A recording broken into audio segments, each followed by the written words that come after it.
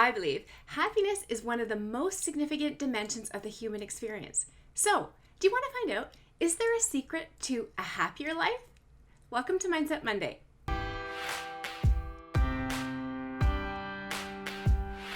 In recent years, many countries around the world, namely Canada, France, and Britain, have implemented a happiness index, and this helps judge the prosperity of their nation. And in doing so, we are trying to figure out what is the key determinant to this emotion, and how can we increase happiness in our lives and in the lives of others? Most importantly, is there a secret to living a happier life? First, let's look at cortisol. This is the enemy of happiness. And with biological conditions and those that have a decrease in serotonin and dopamine that we talked about last week, what we find is that people are better able to handle stress and have a happier life if they lead a very balanced lifestyle. So they're eating regularly and regularly balanced meals. They're getting enough exercise. And this leads to healthier ways of decreasing their stress levels. On the other hand, people who lead unhealthy lifestyles allow stress to take over. And then that allows the dangerous chemical of cortisol to infuse the body. And when this hormone that's produced in the adrenal glands takes over, you notice a decrease in the ability of the neurotransmitters to help instill happiness in our bodies. In normal amounts, cortisol can reduce inflammation, regulate blood sugar and blood pressure, as well as promote healthy sleep cycles, which we need. On the other hand, cortisol levels spike when you're living in a constant state of stress and anxiety.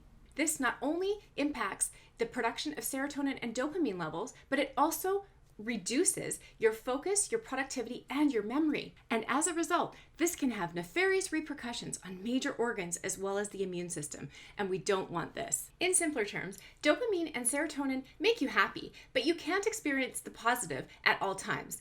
Ultimately, it comes down to one thing in keeping your happiness levels up and keeping yourself happy, and that is balance.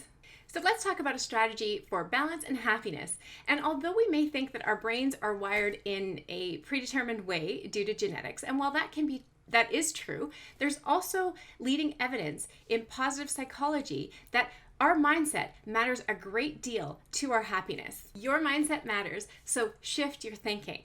Scientific research concludes that we all have a happiness baseline or a set point, and that is very true.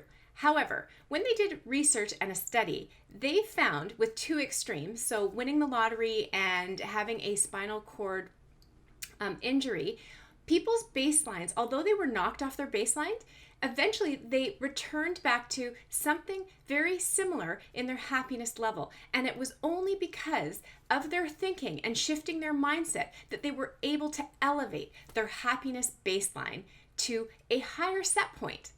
So over time, we do tend to return to roughly the same set point of happiness, whether we're wealthy millionaires or whether we're confined to a wheelchair. So this set point is mainly based on our genetics, but also our fundamental belief system and the way we think. For instance, if you think you're not as good as other people, then this will constrict your thinking and your perception of what you can and cannot do. You start to internalize this as a fact. But if you start recognizing these limiting beliefs and you start to really be able to understand what is inaccurate and accurate in your thinking, then you can determine a higher baseline set point. The more you will determine these exaggerations for what they are, and they will not affect you as much. So is there an ultimate secret to finding more happiness? Not necessarily, but it is a collective effort on your part to confront those negative and self-limiting beliefs so that you're able to increase your happiness level, your happiness set point, and you can increase your growth, your personal development, and the way that you have a particular outlook on life. This doesn't mean that you have to turn that frown upside down or become happy when really you're having a rough time.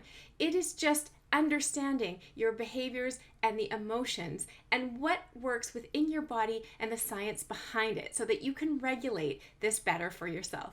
If you like this Mindset Monday and you want to have this delivered to your inbox each week, please go to my website at www.amanda-desilva.com/newsletter and sign up for my weekly newsletter that gives you the blog, a newsletter, as well as this video delivered to your inbox weekly, and click on the button below so that you can be part of my YouTube channel and are subscribed.